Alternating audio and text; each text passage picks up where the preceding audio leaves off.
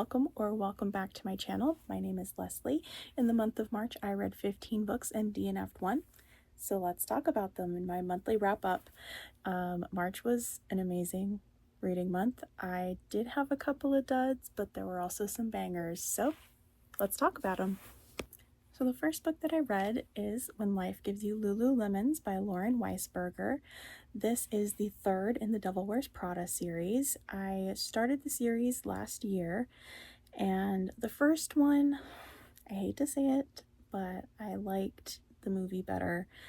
The second one I didn't really care for. I felt like Andy was just kind of insufferable, very annoying. So I wasn't really sure about this one going into it, but this one actually focuses on Emily, the other assistant of Miranda Priestley. And this goes through, she's kind of having a rut in her career, and a friend of hers is having some troubles. So Emily here is a PR queen, and so she decides to go and help her friend out. I gave this one 4 stars. I enjoyed it. It was really fun. It had 3 POVs. Yeah, it was a lot of fun. I really liked Emily's character growth, and she has a lot more personality than Andy. I feel like Andy was just a whiny baby, but Emily, she's sassy. I liked it a lot. So that is the conclusion of the Devil Wears Prada series. So 1 series complete this year. That's a win. So started off strong this month with this book. So yeah. So then the next book that I read this month was Brain Damage by Frida McFadden. I read it on Kindle Unlimited. I gave it 3 stars. I didn't love it. Definitely not my favorite of Frida's. Not my least favorite either, but by far not even close to the favorite. It was kind of boring. It is about a dermatologist, and she, we find out in the prologue, has gotten shot in the head, suffered severe brain damage.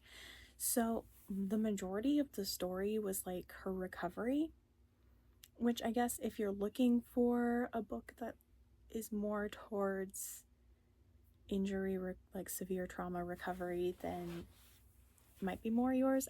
I was looking for a thriller. And this book was not very thrilling. It was very predictable, and like I said, the majority of it was like her recovery, and she was like slowly piecing together her memories. It did do some flashbacks to before, but yeah, the end was really predictable, and I found the chapters of her recovery, which was like 70% of the book was the recovery chapters. I felt like they were just kind of boring, a little bit repetitive. Yeah, not my favorite. I do think it was one of her earlier thrillers because she did previously write some like medical comedies. I haven't read those yet, but I feel like this was maybe her intro into thrillers, and she just hadn't really quite hit her stride yet, maybe. I don't know. Just, yeah, not the best, but it is on Kindle Unlimited. So if you do subscribe to Kindle Unlimited, it's not going to cost you anything to give this book a try if you're interested. But yeah, just not my favorite, but that's all right. You know, they can't all be winners, but 3 stars. That's still not bad. Still not a bad rating, but yeah. So if you watched last month's wrap-up video, you will know that I spent the majority of February listening to this next audiobook, but I finally finished it in March, and that is The Goldfinch by Donna Tartt. I rated it 3.5 stars, which it's such a greatly beloved book. 3.5 might seem kind of low. Don't get me wrong. It was a fun time. It was just a long time. I think I would have liked it better if it was like half the length, honestly. I felt like in the middle it got kind of repetitive, especially the parts where he was in Vegas. Those I feel like could have really been condensed down because it got a little bit repetitive. But what really carried it, and I think kept it from being a DNF, was the narrator, David Pitu. I don't know how to pronounce his name, but he carried the novel. He really did. He was amazing. His character voices were incredible. You knew exactly who was talking, even if it didn't specifically outright say who the character was, you knew exactly who it was. His Boris voice, his Andy voice, his Hobie voice, his Xandra voice, they were all incredible. Like, I hated Xandra as a character, and like, her voice was annoying, but it fit her character so well. And like, the accents he had to do for this book, he was incredible. Definitely, he carried it. Because I tried reading The Goldfinch on Kindle prior to listening to the audiobook, and I couldn't do it. I enjoyed listening to it, but just trying to read it, it felt so dry to me. But he did not make it feel dry. I think this would be an excellent road trip book because it is so long. And it changes up settings enough to like, it's not going to get boring. I mean, like I said, it did get a little bit repetitive at times, but I mean, you travel the world in this book. So yeah, I think I definitely want to read Donna Tartt's other 2 books. I already own The Secret History, so who knows, that may end up having to be an audiobook as well. That remains to be seen, but I will try reading it first at some point. But yeah, definitely didn't turn me off of Donna Tartt, but I do think that she's a little bit long-winded, unnecessarily so. But, you know, if I end up listening to all of them on audiobook, I still enjoyed it, and it keeps me busy, right? I don't have to keep deciding what to read next, because I could just read her book for an entire month. But yeah, it was a fun time, so I needed to know what the hype was about, and now I know.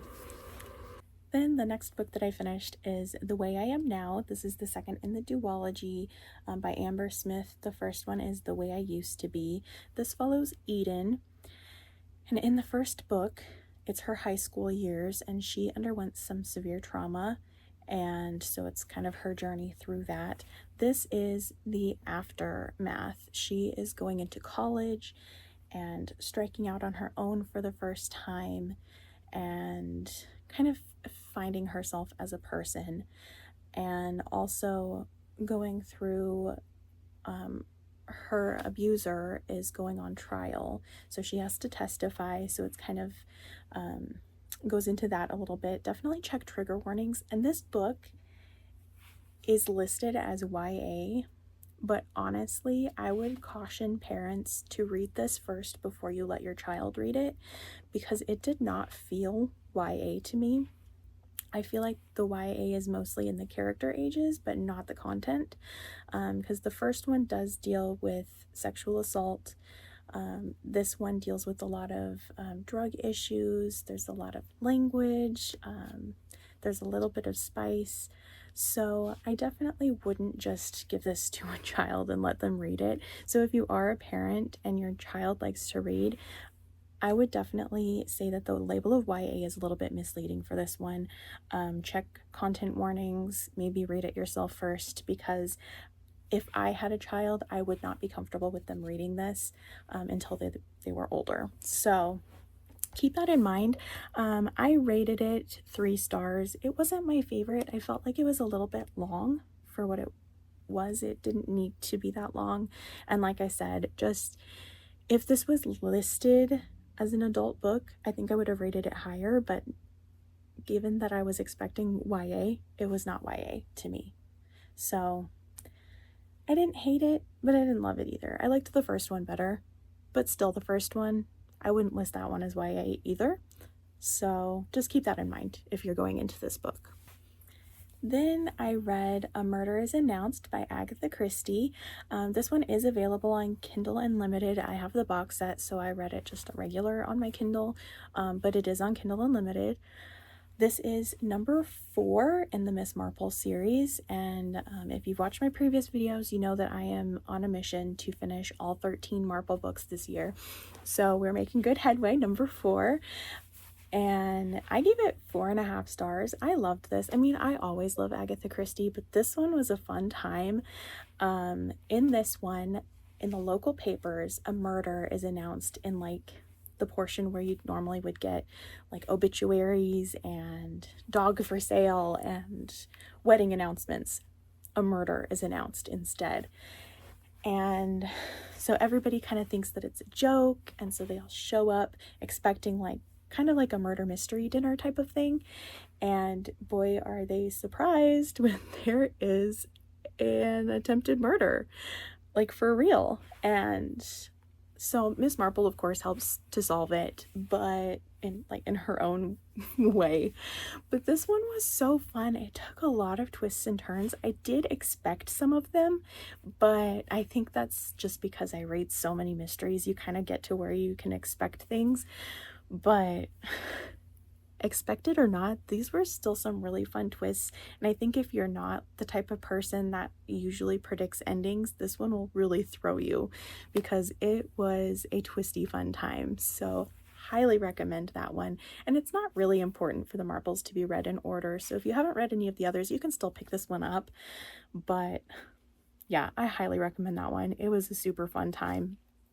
And like I said, we are right on track to reach the goal of reading all of the Miss Marples in 2025. So I just need one a month from here on out to meet that goal. I can do that easy. Might even finish it a little sooner. We'll see how it goes. But yeah, I will always and forever recommend any Agatha Christie book. She is one of my favorite authors. So please yap in the comments about your favorite Agatha Christie book, because I'd love to hear it. And if I haven't read it yet, definitely put me on to some new ones. That'd be great. So this next one that we're going to talk about is my DNF, and I might get some hate for this because a lot of people really love this book, but I DNF'd Magnolia Parks by Jessa Hastings. I felt like I think I read about the first 100 pages, and it felt like it was just the same repetitive, toxic drama. Like, I knew going into it that it was going to be toxic drama, but it was just the same thing over and over. And it's like, guys, grow up. If you want to be together, work out your differences and be together. But if you don't want to work out your differences, just don't be together. Like, break it off. Stop hanging out. Like, I don't know. It just wasn't for me. I can see why people would enjoy it, but I just didn't. I found that I did not care about these characters. This book is like 600 pages or something ridiculous like that, and I could not fathom reading another 500 pages of that, plus like a whole 2 other books in the series about Magnolia, and then the introduction in Magnolia Parks to Daisy. I didn't really like her, and maybe her books, maybe she comes across a little bit better than she did from Magnolia's perspective, but yeah, she didn't make a great impression on me either. So reading several hundred pages and in 2 books about her didn't appeal to me either. So yeah, I DNF'd Magnolia Parks. Please don't hate me. Then the next book is Peril at the Exposition. Now, I just want to start off by addressing the elephant in the room, which is this advanced reader copy label. This is an ARC copy, and I have recently come into a lot of ARCs. Somebody that I know got a bunch of books at auction, and she let me have a lot of them, and whoever put these books on auction must have been a content creator of some kind or an editor or something, because there were a lot of ARCs in there. So these ARCs are all old. This book did in fact come out in 2022. And if I ever receive an ARC of my own, you will know. But for the future, unless I say otherwise, if you see an ARC label on a book, this is not an ARC that I received from the publisher. So yeah, just a little note on that. This may be an ARC, but it's not my ARC. I just happened to be given it by a random lady. So, Peril at the Exposition. This is the second in a series. I did not read the first one, if I'm being totally honest. Didn't matter. I was not lost. I was not confused. They did make references to the previous book, but the references were vague enough that if I ever wanted to go back and read the first book, there weren't really spoilers, but they were also specific enough that I wasn't confused. So, that being said, this follows Diana and her husband Jim. Jim is a detective. This is historical mystery. It is set in 1893. So Jim goes off. They live in New York. Boston. They live in Boston. And he has a job that calls him off to Chicago. And he disappears. They don't hear from him for like 5 weeks. And Diana gets really concerned. So she goes to his boss and is like, give me a job. I'm going to go find Jim. She blackmails him into hiring her as a detective, which is unheard of for a woman to have a detective job in the 1800s. But she blackmails him and he gives her a job, and she goes off to Chicago to find Jim and ends up helping to solve the case that Jim went to go and try and solve. So this was really fun. I enjoyed it a lot. I gave it 4 stars. There is also a third one. Oh, I forgot. It's by Nev March. I read a book by somebody named March in the month of March. Didn't even plan for that. Happy accident. But anyways, there is also a third one that I think that came out last year, maybe, question mark. But anyways, this is the second in a trilogy. I may eventually go back and read the other ones. This was fun. I enjoyed it. I liked the characters. Yeah, and like I said, if you read them out of order, doesn't matter. I was not lost or confused. Still enjoyed. Then I read If You Tell a Lie by Lucinda Berry. I did read this physically, but it was a library book and I already returned it, so I just don't have the book to hold up. I gave this one 4 stars. This is about 4 friends who go to summer camp, and in their senior year of summer camp, there is a murder, and in their current times, this incident is kind of coming back to bite them, and there's a whole bunch of secrets, a whole bunch of lies, twisty turny, fun time. As Lucinda Berry does, she writes some really good psychological thrillers. I've really come to enjoy her work. So yeah, there's really not much to say without spoilers, so I will not spoil. I want to keep my wrap-up spoiler free, so I'll leave it at that. 4 stars, fun time. Highly recommend. Then I read Matched by Ali Condi. I did this one on audiobook. This was my book club pick for the month. I gave it 2.5 stars. I did not really care for it. This follows Kasha. I forgot her name for a second. I didn't write it down. This follows Kasha, and the whole thing is like their society has relied on odds to create the ideal human life, the ideal length of life, quality, the ideal job, the ideal partner. So when you turn 17, you will get matched with your person. You have to marry this person. They're supposed to be like your genetic ideal to create the best possible children, and there's a mistake, and Kasha gets 2 matches. And so it's got your stereotypical love triangle situation. This one is YA. This came out, it's a trilogy. I'm not gonna finish the trilogy, but it's a trilogy that came out around the same time as like Hunger Games, Maze Runner, Divergent, Uglies. It was in that era of books. But I think the difference was those books were like adventure, just like dystopian adventure, and this one was dystopian romance. So there was no adventure. It was all just love triangle drama. And that was not really my favorite. I even like during that era of those types of books, we had borrowed the trilogy from friends, and I chose not to read them before returning. I never would have picked this book up if it wasn't the book club pick. Clearly it was not my turn to pick. So yeah, not gonna be a finished series for me. But I mean, I feel like if you are of the YA age, and if you are interested in romances, you might like it. Yeah, it just felt really juvenile for me. I was kind of annoyed at some of Cash's decisions.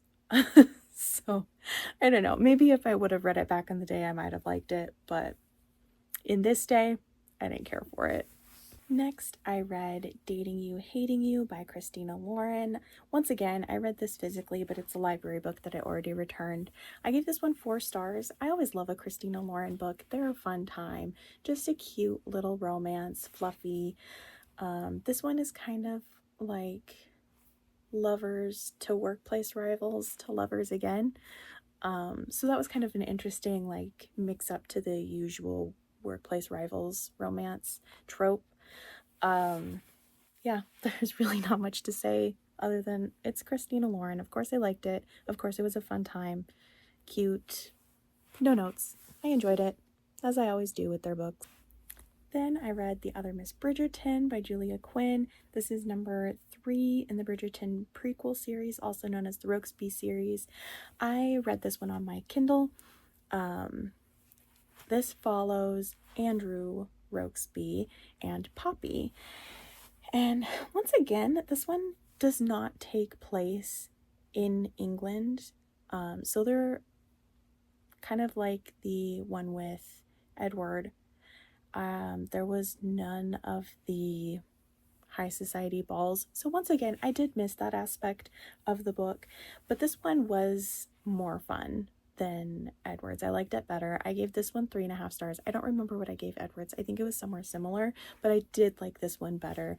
This one is like a high seas swashbuckling good time because Andrew has found himself to be a pirate.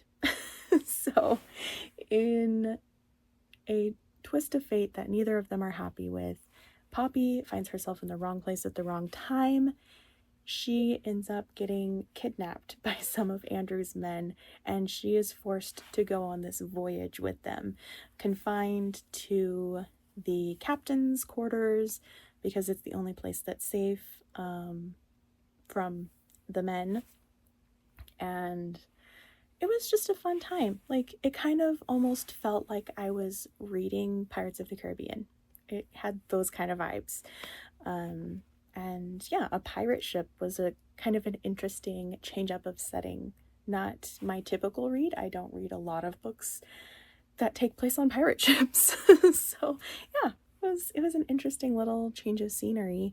So that means that I only have one more book in the Rokesby series, and after that I want to get started on the Smythe Smith. I'm pretty excited about those ones. So I'm hoping that in April I will be able to read that last one so that in May I can get started on the Smythe Smiths. So look for that in the near future. Next, I read Intermezzo by Sally Rooney. Once again, library book that I already returned. I really wanted to like this book. I really did. I gave it 3 stars, which I think is kind of generous because I don't know that I actually liked it 3 stars. I think I just wanted to like it 3 stars. I hated Peter. He had no redeemable qualities to me. I did not like him at all. I slogged through his chapters so that I could get to Ivan because I did like Ivan. And I don't know, I've heard all of Sally Rooney's books are like this, which is a little bit scary because I do own Normal People on my Kindle and I do want to read it, but there were no quotation marks, which made it very confusing. Because like I didn't know if a character was thinking something or if they were saying it out loud, and that makes a difference. I think maybe if I had done it on audio it would have been better because then the lack of quotation marks wouldn't have mattered. But as it was, her writing felt disjointed and kind of confusing, and I would have DNF'd if it was only Peter. Ivan saved the book for me. I wanted to know what happened to him. But yeah, and I'm not sure if maybe it was more of a character thing than a Sally Rooney thing, but some of the writing was just so confusing. But I did not find myself confused with Ivan's chapters, but I was really confused with Peter's chapters. But I'm not sure if that's because he was kind of spiraling, and this book is very like internal monologue heavy. So I don't know if I was supposed to feel confused because he was mentally spiraling and struggling with drug abuse and stuff like that. Maybe I was supposed to feel crazy when I was reading his chapters, but I felt like I was going crazy. Like, I was like, why can't I understand what I'm reading? So yeah, I didn't really care for it. I am going to give Normal People a try because I already own it. If I didn't already own it, I think Intermezzo might have turned me off from it. But since I already spent money on Normal People, I will read it. But we'll see. Maybe Intermezzo is a special circumstance. Hopefully Normal People will be better. But I guess we'll find out. But I'm not really eager to give it a read, so it might be a while. Then I read First Time Caller by B.K. Borison. This is the first in the Heartstrings series, and I am very excited to continue this series. This one is inspired by Sleepless in Seattle. I love me some Sleepless in Seattle, so this was so cute. This follows Aiden, who works at a radio station doing a love hotline type of thing, and he has lost hope in love. He has heard too many bad stories. He does not believe in love anymore. And one day Maya calls into the station for her mom, Lucy, and Lucy ends up going on the show, doing like a dating show on the air. And of course, in typical love story fashion, falls for Aiden.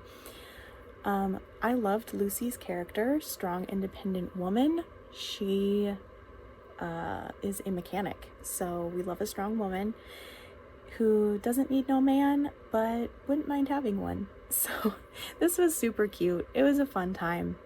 I enjoyed it. I gave it 4.5 stars. I am very much looking forward to continuing the series whenever B.K. Borison finds herself writing the rest. Also, side note, this has nothing to do with anything, but my nails totally match the book, so even better. Yeah, this was a fun time. Next is Faithless by Karen Slaughter. This is number 5 in the Grant County series, so I'm almost finished with that one. I'm hoping to finish it up next month. I read this one on Kindle, and I gave it 3.5 stars. This is probably my least favorite of the Grant County series so far. I feel like the first 20% were like gripping. Like, I was expecting this book to be just so amazing. The last 20% of the book was gripping and was amazing. The middle 60% was kind of boring. Which is so sad because this book started off with a bang. Like, in the prologue, it starts out with a young girl being led out into the woods and being told to get in a box in the ground and gets buried. Like, that's gonna be like this crazy suspenseful thriller, but the whole middle of the book was just boring. I'm so sorry. I love you, Karen Slaughter, but Faithless, not your best work. Until the end. Like I said, the end redeemed it. It did redeem it, but it is definitely my least favorite Karen Slaughter book I've read so far. So it can only go up from here, right? Like, she's a great writer. She writes some really great mysteries. Not mysteries. Thrillers. I want to actually give her the correct genre. Thrillers. And I'm going to continue reading her work. This by no means put me off of her work. But yeah, it's my least favorite. But we're one step closer to finishing Grant County. One book left. We can do it. I will do it. It'll be easy. I'll enjoy it, actually. Then, wrapping up my audiobooks for the month, I listened to The Women by Kristen Hanna. I used my Spotify listen hours for this one. I gave it 4.5 stars. I loved it. No one does historical fiction like Kristen Hanna. I loved it. This follows Frankie McGrath's harrowing life journey. She finds herself enlisting in the army as a combat nurse. She goes to Vietnam. When she comes home, people are telling her, no, you can't have been there. You can't have been in Vietnam. There were no women in Vietnam. And she can't find any help because nobody believes that women were in Vietnam. Or if they do believe that women were in Vietnam, they don't believe that the women can have trauma because they didn't see combat. And just, wow, the journey that she went through was it was so good. I don't want to say too much because I don't want to give anything away. I will, however, say Barb. I love Barb. She is the best character. She was great. But yeah, there are some romance subplots that I enjoyed, but just in general, a tearjerker. This book had me crying as I was driving down the road to work. I highly recommend it. It's still not my favorite Kristen Hanna. That one still goes to Nightingale and Night Road, but it's up there. It was really good. So I have found myself to become a Kristen Hanna fan. The only one I haven't liked is The Great Alone, which I know a lot of people really like that one. I might try that one on audio. I think it'd be better that way, but yeah, you can't go wrong with if you're in the mood for historical fiction, Kristen Hanna is the way to go. And last but certainly not least, we have the much anticipated Sunrise on the Reaping by Suzanne Collins. This is the 5th in the Hunger Games series, just came out on the 18th of this month. I cannot believe that when I went into my library to return those other 3 books, I went in not at all expecting to actually find this, but they had it in stock. I had put it on hold on Libby, and it started off by saying several months wait, and I was like, sounds about right. And then it went to 6 weeks, and I was like, that's not bad at all. I can wait 6 weeks. I didn't have to wait 6 weeks. So this is the 50th Hunger Games, Haymitch's Hunger Games. And I don't want to give anything away.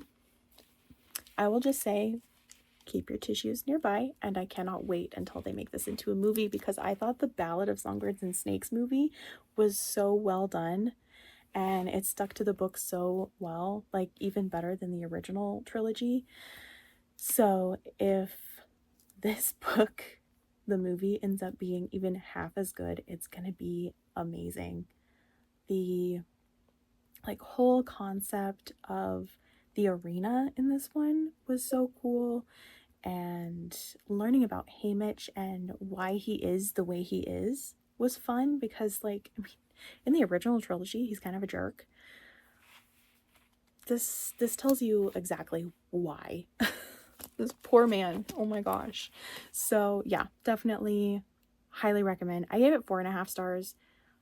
Possibly might up it to a 5 though, because I really enjoyed this. I think the only reason why I gave it a 4.5 is because the dystopian genre isn't my go-to genre anymore. This is more like a nostalgia read, because the Hunger Games series is such a beloved nostalgic series for me and so many other people. This is listed as fantasy. I wouldn't consider it fantasy. I'm not a fantasy girl at all, so maybe that's why it's not a 5-star, because I'm not into fantasy all that much. I don't know, but I really enjoyed this. I am so glad that I got to read it right away and I didn't have to wait. So shout out to my library for having this. So that concludes my reads for the month of March. I hope you enjoyed. Let me know if you plan on reading any of these books, if you have read any of these books, what you think of them, and feel free to like, comment, and subscribe, and I will see you in the next one. Bye!